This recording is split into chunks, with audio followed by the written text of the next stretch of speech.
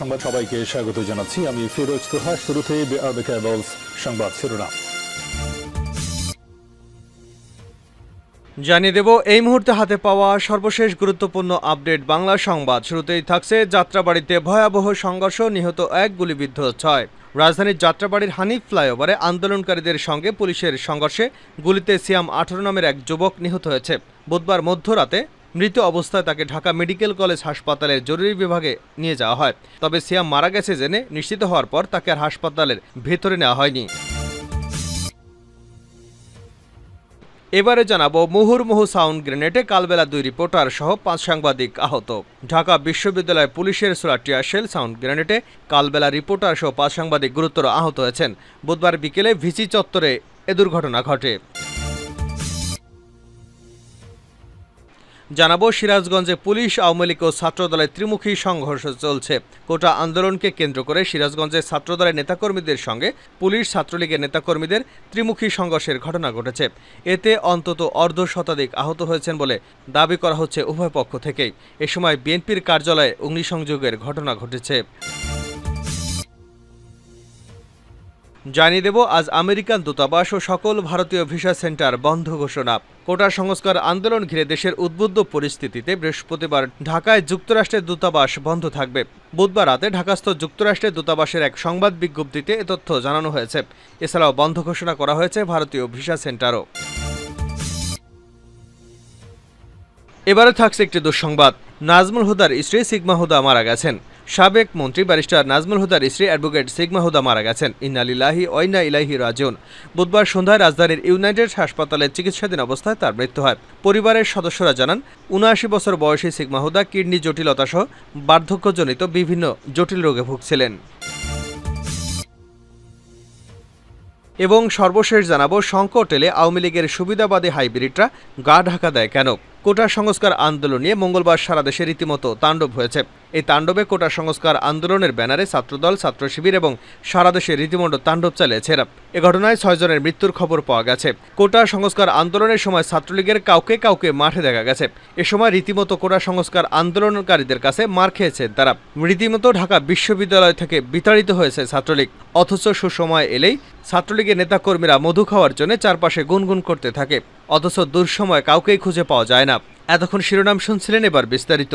প্রিয় দর্শক, আপনি যদি এই চ্যানেলে নতুন হয়ে থাকেন, ভিডিওটি দেখতে দেখতে চ্যানেলটি সাবস্ক্রাইব করে আমাদের সঙ্গে থাকুন। আর এই ভিডিও সম্পর্কে আপনি আপনার মূল্যবান মতামতটি কমেন্ট বক্সে জানিয়ে দিন। আর হ্যাঁ প্রিয় দর্শক, জানিয়ে দিন ভিডিওটি কোথা থেকে দেখছেন। যাত্রাবাড়িতে সংঘর্ষ, নিহত 1, গুলিবিদ্ধ 6। রাজধানীর যাত্রাবাড়িতে হানিফ ফ্লাইওভারে আন্দোলনকারীদের সঙ্গে পুলিশের সংঘর্ষে সিয়াম নামের এক যুবক নিহত হয়েছেন। বুধবার মধ্যরাতে মৃত অবস্থায় তাকে ঢাকা মেডিকেল কলেজ হাসপাতালে জরুরি বিভাগে আনা হয়। পরে সিয়াম মারা গেছে নিশ্চিত হয়ে তাকে হাসপাতালের ভেতরে নেওয়া হয়নি। পরে কয়েকজন সিয়ামের মরদেহ অটোরিকশায় করে নিয়ে চলে যান। সিয়ামের গ্রামের বাড়ি ভোলার চর ফেশনে। সিয়াম মাতোয়াইলে ভাড়া বাসায় থাকতেন। সিয়ামের খালাতো ভাই রাসেল জানান, সিয়াম গুলিস্তানের একটি ব্যাটারি দোকানের কর্মচারী। রাতে বাসায় ফেরার পথে হানিফ ফ্লাইওভারের সংঘর্ষ চলাকালে সে গুলিবিদ্ধ হয়। আমরা বুঝতে পারি যে সিয়াম মারা গেছে, যার ফলে ওই অবস্থায় ঢাকা মেডিকেল কলেজে নিয়ে আসলেও আমাদের ভেতরে ঢুকতে দেয়নি। বাসায় লাশ নিয়ে যাচ্ছি।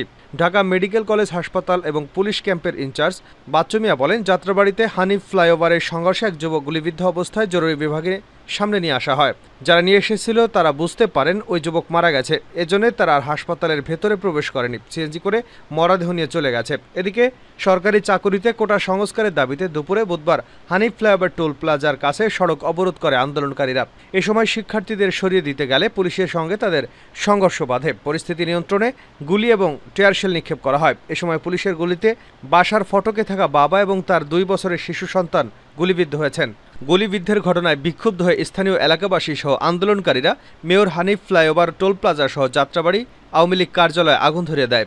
গুলিবিদ্ধ শিশু রোহিতের মা লিপি আক্তার বলেন, আমি আমার স্বামী বাবু মিয়া এবং 2 বছরের সন্তান নিয়ে 5 তলার ভবনের নিচতলায় ঘরের মধ্যে ছিলাম। হঠাৎ ছড়াগুলি এসে আমার স্বামী এবং সন্তান রোহিত মিয়ার শরীরে লাগে। আহতদের ঢাকা মেডিকেল কলেজ হাসপাতালে চিকিৎসা দেওয়া হয়েছে। সাউন্ড গ্রেনেডে কালবেলার 2 রিপোর্টার ও 5 সাংবাদিক আহত। ঢাকা বিশ্ববিদ্যালয় পুলিশের টিয়ারশেল এবং সাউন্ড গ্রেনেডে কালবেলার রিপোর্টার সহ 5 সাংবাদিক আহত হয়েছেন। বুধবার বিকেলে ভিসি চত্বরে এ ঘটনা ঘটে। আহত সাংবাদিকরা হলেন যমুনা টিভির রিপোর্টার ভাস্কর ভাদুড়ী, কালবেলার আকরাম হোসেন, জনি রায়হান, আজকের পত্রিকার মেজর রিপোর্টার সাবিব, চ্যানেল এস-এর সাংবাদিক সুলাইমান কবির। আহতরা ঢাকা মেডিকেল কলেজে চিকিৎসাধীন রয়েছেন। জানা গেছে, ঢাকা বিশ্ববিদ্যালয়ের ভিসি চত্বরে বিকাল 4টার দিকে কোটা সংস্কার আন্দোলনে নিহত 6 জনের গায়েবানা জানাজা অনুষ্ঠিত হয়। জানাজা শেষে আন্দোলনকারীরা টিএসসির দিকে রওনা দিলে আন্দোলনকারীদের উপর টিয়ারশেল ও সাউন্ড গ্রেনেড নিক্ষেপ করে পুলিশ। এ সময় আন্দোলনকারীরা ছত্রভঙ্গ হয়ে যায়। গতকাল ঢাকাসহ বিভিন্ন জেলায় সংঘর্ষে নিহতদের জন্য এই গায়েবানা জানাজা ও কফিন মিছিলের কর্মসূচির ডাক দেওয়া হয়। যদিও কর্মসূচির নির্ধারিত স্থান ছিল রাজু ভাস্কর্যের পাদদেশে, তবে সেখানে পুলিশের বাধায় তা পালন করতে পারেননি আন্দোলনকারীরা। এর আগে টিএসসি এলাকা থেকে ঢাকা বিশ্ববিদ্যালয়ের কেন্দ্রীয় ছাত্র সংসদের সাবেক সমাজসেবা সম্পাদক আক্তার হোসেন সহ 2 জনকে আটক করে পুলিশ। তাদের আটক করার সময় অন্তত 5টি সাউন্ড গ্রেনেডের বিস্ফোরণ ঘটায় পুলিশ। এদিকে ঢাকা বিশ্ববিদ্যালয়ের সর্বোচ্চ নীতি নির্ধারণী ফোরাম সিন্ডিকেটের জরুরি সভায় বিশ্ববিদ্যালয় অনির্দিষ্টকালের জন্য বন্ধ ঘোষণা করা হয়েছে। পাশাপাশি সন্ধ্যা 6টার মধ্যে সব আবাসিক শিক্ষার্থীদের হল ছাড়তে নির্দেশনা দেওয়া হয়। তবে ঢাবি কর্তৃপক্ষের নির্দেশ প্রত্যাখ্যান করেছে আন্দোলনকারীরা। দুপুর 12:30টার দিকে ঢাকা বিশ্ববিদ্যালয়ের ভিসির বাসভবনের সামনে শিক্ষার্থীরা সমবেত হয়ে হল না ছাড়ার ঘোষণা দিয়েছেন। বৈষম্য বিরোধী ছাত্র আন্দোলনের সমন্বয়ক সার্জিল আলম বলেন, দেশে কোনো মহাদুর্যোগ বা এরকম কিছু চলছে না। যৌক্তিক দাবিতে আন্দোলন চলছে। হল ছাড়তে আন্দোলনকারীদের নির্দেশ দেওয়া মানে হলো আন্দোলন নষ্ট করা। আমরা এমন সিদ্ধান্ত মানব না, আমরা হল ছাড়ব না। আমরা আমাদের দাবি আদায় না হওয়া পর্যন্ত এই যৌক্তিক আন্দোলন চালিয়ে যাব। এর আগে মঙ্গলবার আন্দোলনকারীদের সঙ্গে ছাত্রলীগ ও পুলিশের সংঘর্ষে 6 শিক্ষার্থী নিহত হন। এতে বিক্ষুব্ধ হয়ে ওঠে আন্দোলনকারীরা। মঙ্গলবার মধ্যরাত থেকে ঢাকা বিশ্ববিদ্যালয় মেয়েদের হলগুলো থেকে ছাত্রলীগ নেত্রীদেরকে বের করে দেন আন্দোলনকারীরা। সিরাজগঞ্জে পুলিশ, আওয়ামী লীগ ও ছাত্রদলের ত্রিমুখী সংঘর্ষ। কোটা আন্দোলনকে কেন্দ্র করে সিরাজগঞ্জে ছাত্রদলের নেতাকর্মীদের সঙ্গে পুলিশ ও ছাত্রলীগ নেতাকর্মীদের ত্রিমুখী সংঘর্ষের ঘটনা ঘটেছে। এতে অন্তত অর্ধশতাধিক আহত হয়েছেন বলে দাবি করা হচ্ছে উভয় পক্ষ থেকে। এ সময় বিএনপির কার্যালয়ে অগ্নিসংযোগের ঘটনা ঘটেছে। বুধবার বিকাল থেকে রাত 10টা পর্যন্ত শহরের ইবি রোড, ইসলামিয়া কলেজ মাঠ এবং বিএনপির অফিস এলাকায় এই সংঘর্ষের ঘটনা ঘটে। জানা গেছে, বুধবার বিকেল থেকে শহরের ইসলামিয়া কলেজ মাঠে ছাত্রদলের নেতাকর্মীরা জড়ো হওয়ার চেষ্টা করে, কিন্তু দফায় দফায় পুলিশ তাদের ছত্রভঙ্গ করে দেন। বিকেলের দিকে তারা কোটা আন্দোলনে 6 ছাত্র নিহত হওয়ার প্রতিবাদে বিক্ষোভ মিছিল বের করেন। এ সময় মিছিল থেকে 2 নং পুলিশ ফাঁড়িতে হামলা চালানো হয়। তখন থেকেই সংঘর্ষ শুরু হয়। এক পর্যায়ে ছাত্রলীগ, যুবলীগ ও স্বেচ্ছাসেবক লীগ নেতাকর্মীরা সংঘর্ষে জড়িয়ে পড়ে। পরিস্থিতি নিয়ন্ত্রণে পুলিশ টিয়ারশেল এবং রাবার বুলেট নিক্ষেপ করে। রাত 10টার দিকে বিএনপির অফিসে অগ্নিসংযোগ করা হয়। জেলা স্বেচ্ছাসেবক লীগের সভাপতি জাকিরুল ইসলাম লিমন বলেন, এই আন্দোলন এখন ছাত্রদের মধ্যে সীমাবদ্ধ নেই। বিএনপি, যুবদল, ছাত্রদল আর ছাত্র শিবির আন্দোলনে নাশকতা শুরু করেছে। তারা পুলিশ ফাঁড়িতে হামলা করেছে, তবে আমরা প্রতিরোধ করতে গেলে আমাদের উপরও হামলা চালিয়েছে। এতে যুবলীগ, স্বেচ্ছাসেবক লীগ এবং ছাত্রলীগের অন্তত 25 নেতাকর্মী আহত হয়েছে।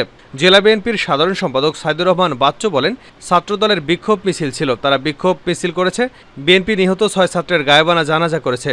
এর পরের ঘটনাগুলো কোথা থেকে হচ্ছে, কেন হচ্ছে, কারা করছে আমরা জানি না। রাত 10টার দিকে হঠাৎ শুনি আওয়ামী লীগের পদধারী নেতারা বিএনপির অফিসে আগুন দিয়েছে। আজ আমেরিকান দূতাবাস ও সকল ভারতীয় ভিসা সেন্টার বন্ধ ঘোষণা। কোটা সংস্কার আন্দোলন ঘিরে দেশের উদ্বুদ্ধ পরিস্থিতিতে বৃহস্পতিবার ঢাকায় যুক্তরাষ্ট্রের দূতাবাস বন্ধ থাকবে। বুধবার রাতে ঢাকাস্থ দূতাবাসের এক সংবাদ বিজ্ঞপ্তিতে একথা জানানো হয়। এছাড়া বন্ধ ঘোষণা করা হয়েছে ভারতীয় ভিসা সেন্টারও। ঢাকাস্থ যুক্তরাষ্ট্রের দূতাবাসের সংবাদ বিজ্ঞপ্তিতে বলা হয়, সরকারি চাকুরিতে কোটা বিরোধী চলমান ছাত্র বিক্ষোভ গত কয়েকদিন ধরে ছড়িয়ে পড়েছে। ঢাকা শহর, এর পার্শ্ববর্তী এলাকা এবং অন্যান্য শহরেও সহিংস সংঘর্ষের খবর পাওয়া গেছে। এই পরিস্থিতির কারণে সাধারণ মানুষের জন্য বৃহস্পতিবার ঢাকার মার্কিন দূতাবাস বন্ধ থাকবে। বিজ্ঞপ্তিতে আরও বলা হয়, মার্কিন নাগরিকদের সতর্ক থাকা উচিত এবং তাদের ভ্রমণের পরিকল্পনা পুনর্বিবেচনা করা উচিত। বিশেষত পাবলিক বিশ্ববিদ্যালয়ের চারপাশের এলাকায় কোনো বড় সমাবেশের আশেপাশে আপনাদের বিক্ষোভ এড়িয়ে চলা উচিত এবং সতর্কতা অবলম্বন করা উচিত। অন্যদিকে বাংলাদেশের ভারতীয় ভিসা অ্যাপ্লিকেশন সেন্টারের অফিসিয়াল ওয়েবসাইটে একটি নোটিশে বলা হয়েছে, উদ্বুদ্ধ অস্থিতিশীল পরিস্থিতির কারণে 18 জুলাই বাংলাদেশে সকল ধরনের ভিসা পরিষেবা বন্ধ থাকবে। নোটিশে আরও বলা হয়, পরবর্তীতে কবে ভিসা পরিষেবা চালু করা হবে সেটি SMS এর মাধ্যমে জানিয়ে দেওয়া হবে। সংকট এলে আওয়ামী লীগের সুবিধাবাদী হাইব্রিডরা গা ঢাকা দেয় কেন? কোটা সংস্কার আন্দোলন নিয়ে কোটা সংস্কার আন্দোলন নিয়ে মঙ্গলবার থেকে সারা দেশে রীতিমতো তাণ্ডব হয়েছে। এই তাণ্ডবে কোটা সংস্কার আন্দোলনের ব্যানারে ছাত্রদল ছাত্র শিবির সারা দেশে রীতিমতো তাণ্ডব চালিয়েছে। এ ঘটনায় 6 জনের মৃত্যুর খবর পাওয়া গেছে। কোটা সংস্কার আন্দোলনের সময় ছাত্রলীগের কাউকে মাঠে দেখা গেছে। তারা রীতিমতো কোটা সংস্কার আন্দোলনকারীদের কাছে মার খেয়েছে। ঢাকা বিশ্ববিদ্যালয় থেকে ছাত্রলীগদের রীতিমতো বিতাড়িত করা হয়েছে। একই অবস্থা হয়েছে জাহাঙ্গীরনগর বিশ্ববিদ্যালয় সহ অন্যান্য বিশ্ববিদ্যালয়গুলোতে। ছাত্রলীগ কার্যত কোটা সংস্কার আন্দোলনের বিরুদ্ধে দাঁড়াতেই পারেনি। দেখা গেছে ছাত্রলীগের কিছু ত্যাগী পরীক্ষিত নেতারাই কোটা সংস্কার আন্দোলনের হঠকারিতার বিরুদ্ধে রুখে দাঁড়াতে পেরেছিল এবং তাদের কাছেই আহত হয়েছেন। কিন্তু ভিন্ন সময় ছাত্রলীগের পরিচয় যখন ব্যবহার করা যায়, বিভিন্ন রকম পদ গ্রহণ করেছেন, সুবিধা নিয়েছেন, তাদেরকে দেখা গেছে নীরব ও নিথর। গা ঢাকা দিয়েছে অনেকেই, অবস্থান পরিবর্তন করেছে। শুধু ছাত্রলীগ নয়, ঢাকা বিশ্ববিদ্যালয় আওয়ামী লীগ কার্যত শিক্ষক প্যানেলকে রহস্যময় ভূমিকায় দেখা গেছে। যখন শিক্ষার্থীরা আন্দোলন করছিল তখন ঢাকা বিশ্ববিদ্যালয় আওয়ামী লীগ সমর্থক শিক্ষকদের কাউকেই কোটা আন্দোলনের সমর্থনকারীদের উস্কানি দিতে দেখা গেছে। অনেকে নিরাপদ দূরত্বে নিজেদেরকে নিরপেক্ষ অবস্থান করে রেখেছেন। ঢাকা বিশ্ববিদ্যালয় শিক্ষক সমিতি দীর্ঘদিন ধরে আওয়ামী লীগ সমর্থনের নিয়ন্ত্রণে, কিন্তু শিক্ষক নিয়োগের ক্ষেত্রে যে সত্যিকারের আশীর্বাদীদের দেওয়া হয়নি, গতকালের সংকটেই তা প্রমাণিত হয়েছে। বরং যারা সুবিধাবাদী এবং অনুপ্রবেশকারী এখন নিরাপদ অবস্থান গ্রহণ করছেন তারাই। ঢাকা বিশ্ববিদ্যালয়, ঢাকা মহানগর আওয়ামী লীগের উত্তর ও দক্ষিণ দীর্ঘদিন ধরে কথা বলা হচ্ছিল এই দুটি সংগঠন যে একেবারেই মৃতপ্রায় এবং তাদের যে কর্মী সমর্থক জোগাড় করবার ন্যূনতম যোগ্যতাটুকু নেই, গতকালের ঘটনায় তা আরেকবারও প্রমাণিত হয়েছে। বিভিন্ন স্থানে কমিটি বাণিজ্য, টাকার বিনিময় কমিটি, পদ দেওয়া ইত্যাদি কারণে ঢাকা মহানগরীতে আওয়ামী লীগ এখন অস্তিত্বের সংকটে ভুগছে। গতকালের সংকটে আওয়ামী লীগের কাউকেই মাঠে দেখা যায়নি, বরং তারা যার যার মতো করে নিরাপদ অবস্থান গ্রহণ করেছে। একটা সময় ঢাকা মহানগর যুবলীগের নিয়ন্ত্রণে থাকত, বিশেষ করে সম্রাটের মতো একজন জনপ্রিয় নেতা ছিলেন। কিন্তু সম্রাট এখন রাজনীতিতে নিষ্ক্রিয়। ক্যাসিনো কাণ্ডের ঘটনায় দীর্ঘদিন কারাভোগ করেছেন এই ত্যাগী নেতা। এখন তিনি নিজেকে রাজনীতি থেকে মোটামুটি গুটিয়ে নিয়েছেন। ফলে ঢাকা শহরে যে কোনো পরিস্থিতি মোকাবেলা করার মতো আওয়ামী লীগের সাংগঠনিক অবস্থান নেই বলেই চলে। গতকালের ঘটনায় তার একবারও প্রমাণিত হয়েছে। যুবলীগের যে সমস্ত কমিটি গঠিত হয়েছে সেই সমস্ত কমিটিগুলো সবই মুলতবি সুবিধাবাদী এবং হাইব্রিড দ্বারা নিয়ন্ত্রিত, যারা টাকার বিনিময়ে কমিটিতে ঢুকেছে এবং তাদের প্রধান লক্ষ্য ঠিকাদার ব্যবসায় এবং অন্যান্য অপকর্মের মাধ্যমে নিজেদের আখের গোছানো। আর এ কারণে গতকাল তাদেরকে দেখা যায়নি। সরকারের মধ্যেও যে সমস্ত হাইব্রিড এবং অনুপ্রবেশকারী মন্ত্রীর অবস্থান গ্রহণ করেছেন, দিনের পর দিন মন্ত্রী হিসেবে দায়িত্ব পালন করছেন, তাদেরকেও এই ঘটনা থেকে নিরাপদ দূরত্বে অবস্থান নিতে দেখা যাচ্ছে। আওয়ামী লীগের কোনো সংকটে সুবিধাবাদী হাইব্রিডটা থাকে না, কিন্তু সুসময় এরাই চারপাশের সমস্ত মধু খায়, সব সুবিধা আদায় করে। কোটা সংস্কার আন্দোলনে সে ঘটনাটি আরেকবার প্রমাণিত হলো।